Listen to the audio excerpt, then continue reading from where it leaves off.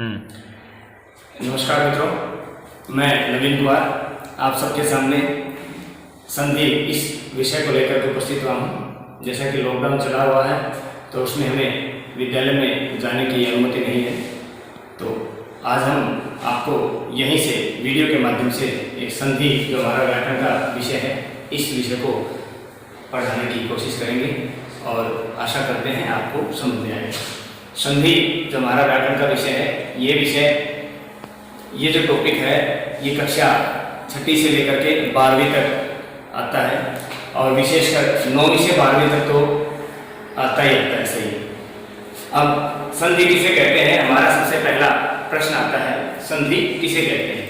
तो परिभाषा, व्याकरणिक परिभाषा है, दो निकटवर्ती वर्णों के मेल से जो परिवर्तन होता है या जो विकार उत्पन्न होता है उसे हम संधि कहते हैं। दो निकटवर्ती वर्णों के मेल से जो परिवर्तन या विकार उत्पन्न होता है उसे हम संधि कहते हैं। संधि जैसे उदाहरण से दिया कि देव प्लस आलय, ये है देव, देव हमारा हो गया पूर्व पद और ये आलय जो शब्द है ये हमारा हो गया उत्तर पद। तो बीच में ये प्लस का निशान है, ये बीच में, तो इससे इस साइड इस तरफ होगा पूर्व पद होता है और इससे दूसरी तरफ क्या होता है उत्तर पद। तो इससे इसमें निकटवर्ती वर्ण कौन से होंगे? तो जो प्लस का निशान है उससे तुरंत इस साइड क्या है, देव में ए, क्योंकि व्यंजन जो होता है वो बिना स्वरों के पूर्ण नहीं होता, स्वर जब उसमें जुड़ता है तभी पूर्ण होता है। तो यहाँ इसमें नीचे हलंत भी नहीं है, तो इसलिए देव में क्या अंत में ए और आलय का शुरू में क्या है, प्रारंभ में आ, ए प्लस आ, ए प्लस आ। हमने यहाँ पर देखो, हमने यहाँ देव में व में से ए निकाल लिया है, तो व हलंत हो गया व्यंजन होने की वजह से, और आगे क्या हो गया आ, ए प्लस आ क्या हो गया देव। ये दोनों मिलकर के क्या बन गए, देवालय शब्द बना है। संधि क्या आगे हम पढ़ते हैं, संधि के भेद। संधि के तीन भेद होते हैं, यानी संधि तीन प्रकार की होती है। सबसे पहले होती है स्वर संधि, दूसरी होती है व्यंजन संधि और तीसरा होता है हमारा जिसका भेद होता है वो है विसर्ग संधि। तो विसर्ग संधि, ये तीन भेद होते हैं। सबसे पहले हमारा होता है स्वर संधि। स्वर संधि किसे कहते हैं? अब हमारे मन में प्रश्न उठेगा कि स्वर संधि किसे कहते हैं। हमें पता चल गया कि दो निकटवर्ती वर्णों के मेल से जो परिवर्तन होता है उसे हम संधि कहते हैं। और स्वर संधि किसे कहेंगे? यदि ये दोनों निकटवर्ती वर्ण दोनों ही क्या हो, स्वर हो, तो क्या कहलाएगा, वो स्वर संधि कहलाएगा। जैसा कि इस परिभाषा में लिखा हुआ है, दो निकटवर्ती स्वरों के मेल से जो परिवर्तन होता है उसे स्वर संधि कहते हैं। यानी कि हम अगर थोड़ा सा संधि की जो परिभाषा है उसमें हम थोड़ा सा परिवर्तन करते हैं तो हमें आसानी से स्वर संधि की जो परिभाषा है वो प्राप्त हो जाएगी। क्या परिवर्तन ये करना होगा हमें कि वो निकटवर्ती वर्ण जो हमने बताए थे ऊपर, उन वर्णों में यदि वो वर्ण स्वर हो दोनों तरफ तो स्वर संधि हो जाएगी। इतना सही है, ठीक है। तो जैसे हमने बताया आपको, दो निकटवर्ती स्वरों के मेल से जो परिवर्तन होता है उसे हम क्या कहते हैं, स्वर संधि कहते हैं। वैसे ही जैसे विद्या प्लस आलय, और विद्या के अंत में क्या है, निकटवर्ती वर्ण, विद्या के अंत में क्या है आ, ठीक है। तो आलय का प्रारंभ में क्या है, उत्तर पद में आ, अब आ से परे आ है तो दोनों मिलकर के आ हो जाएगा। ये आ क्यों हुआ, आ से परे आया तब भी आ हुआ और ऐसे परे आया तब भी आ हुआ, ये हम आपको विस्तार पूर्वक बताएंगे। आगे देखिए व्यंजन संधि। व्यंजन संधि में क्या है, व्यंजन से परे स्वर या व्यंजन आने पर, व्यंजन से परे स्वर या व्यंजन आने पर व्यंजन में जो परिवर्तन होता है, ध्यान दीजिएगा, व्यंजन से परे स्वर या व्यंजन आने पर व्यंजन में जो परिवर्तन होता है उसे हम क्या कहते हैं, व्यंजन संधि कहते हैं। ठीक है। उदाहरण जैसे हमने देखा यहाँ पर वाक प्लस ईस, वाक में देखिए अंत में हलंत क्या हुआ, यानी यहाँ पर अगर ये हलंत नहीं होता तो यहाँ पर क्या होता, अंत में कैले है।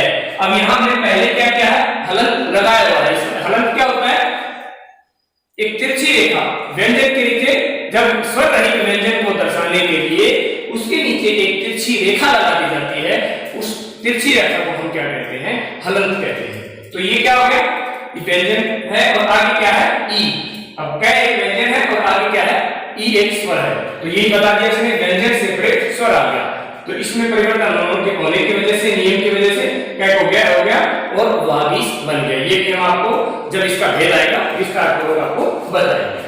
अब तीसरा भेद आता है हमारा विसर्ग संधि। विसर्ग संधि किसे कहते हैं? विसर्ग संधि विसर्ग से परे स्वर या व्यंजन आने पर जो परिवर्तन, किसमें, विसर्ग में, यानी विसर्ग से परे स्वर या व्यंजन आने पर विसर्ग में जो परिवर्तन होता है उसे हम क्या कहते हैं, विसर्ग संधि कहते हैं। जैसे इसने दिया उदाहरण दिया, नी प्लस धन, विसर्ग है पूर्व पद के अंत में और उत्तर पद के प्रारंभ में क्या है, भय, तो नियम की वजह से विसर्ग को क्या हो गया, र हो गया, ये हो गया हमारा निर्धन है। ठीक है, अब आगे एक बार हम आपको एक बार फिर से रिवाइज कराते हैं इन तीनों संधियों को। क्या कहते हैं, व्यंजक संधि किसे कहते हैं? सबसे पहले हमारा ये भेद है, संधि किसे कहते हैं, फिर हमारा कहेगा संधि के भेद, स्वर संधि, व्यंजन संधि और विसर्ग संधि। तो हम आपको एक बार शॉर्ट में से बताते हैं, संधि किसे कहेंगे, देखिए, वर्ण प्लस वर्ण, यानी दो निकटवर्ती वर्णों के मेल से जो परिवर्तन होता है उसे हम क्या कहेंगे, संधि कहेंगे। ठीक है, संधि हो गया, दो निकटवर्ती वर्णों के मेल से उसे जो परिवर्तन होता है उसे हम संधि कहेंगे। अब पहला भेद हमारा स्वर संधि। अब यदि ये दोनों वर्ण स्वर हो तो क्या कहलाएगा, स्वर संधि। यदि ये दोनों वर्ण स्वर हो तो क्या हो जाएगा, वो स्वर संधि, यानी दो निकटवर्ती स्वरों के मेल से जो परिवर्तन होता है उसे हम स्वर संधि कहते हैं। और तीसरा क्या है, व्यंजन संधि। दूसरा क्या है, व्यंजन संधि। व्यंजन से परे स्वर या व्यंजन आने पर व्यंजन में जो परिवर्तन होता है उसे व्यंजन संधि कहते हैं। ये इसने बोल दिया। देखिए आप ये देखिए,